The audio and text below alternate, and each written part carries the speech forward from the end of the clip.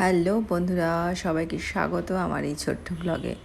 রোজকার মতো গরম গরম চা খেয়ে চলে এসেছি আবার রান্নাঘরে রোজকার মতো রান্না করতে। আর আজকে আমি বানাবো প্রথমে কপির ডাঁটা দিয়ে চচ্চড়ি। ভাবছো তো কপির ডাঁটা এই গরমকালে? হ্যাঁ গো, আমার এখানেও এই সময় খুব ভালো কপি পাওয়া যায়।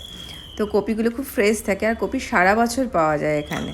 তো প্রথমে কপির ডাঁটাকে দেখো ভালো করে সেদ্ধ করে নিয়ে জল ফেলে দিয়ে এবার কড়াইয়ের মধ্যে তেল দিয়ে বড়িগুলোকে ভালো করে দু পিঠ ব্রাউন করে ভেজে তুলে নিলাম।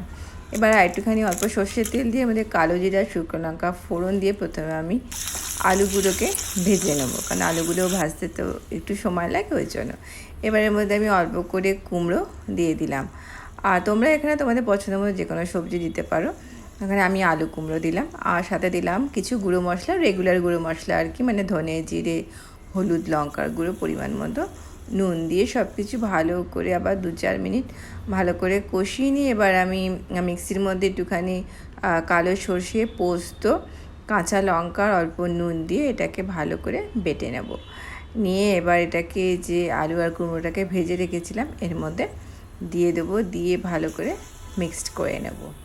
তো যেটা বলছিলাম আর কি, এখানে তো সারা বছর খুব ভালো কপি পাওয়া যায়, তাই যখন ইচ্ছে কপি খাওয়া যায়।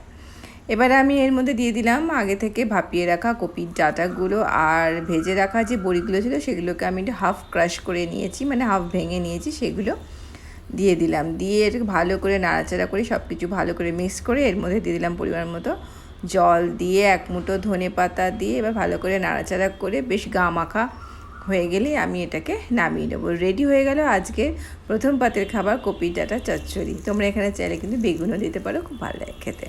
তো পরের রান্নাতে আজকে করবো ট্যাংরা মাছ। ট্যাংরা মাছগুলোকে আমি নুন হলুদ মাখিয়ে ভেজে তুলে নিলাম। এবার ওই মাছ ভাজার তেলের মধ্যে কালো জিরে ফোড়ন দিয়ে এর মধ্যে আলু আর বেগুন দিয়ে ভালো করে ভেজে তুলে নেব। প্রথমে আমি বেগুনটা তুলে নিলাম, কারণ কি বেগুন খুব তাড়াতাড়ি নরম হয়ে যায়, তো বেগুন বেশিক্ষণ ভাজলে আবার ছুলে দেবো, অতিরিক্ত নরম হয়ে যাবে।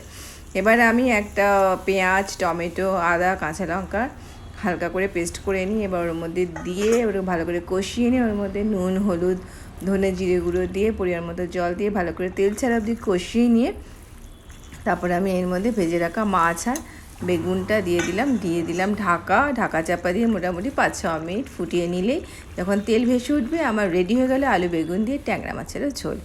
আজকের রান্নাগুলো দেখে মনেই হতে পারে এগুলো শীতকালের রান্না, কিন্তু কলকাতার বাইরে থাকার জন্য এই রান্নাগুলো আমি সারা বছরই, মানে এই খাবারগুলো সারা বছরই উপভোগ করতে পারি।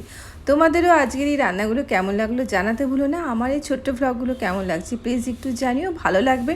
কারণ কি তোমাদের ভালোবাসা না পেলে এগিয়ে যাওয়া জাস্ট অসম্ভব। তাই তোমাদের ভালো লাগলে ব্লগগুলো প্লিজ একটু লাইক করো, লাইক করতে কার্পণ্য করো না, কারণ কি লাইক ছাড়া এগোনো যায় না, সেটা তোমরা সবাই জানো। চলো আজকের মতো টাটা।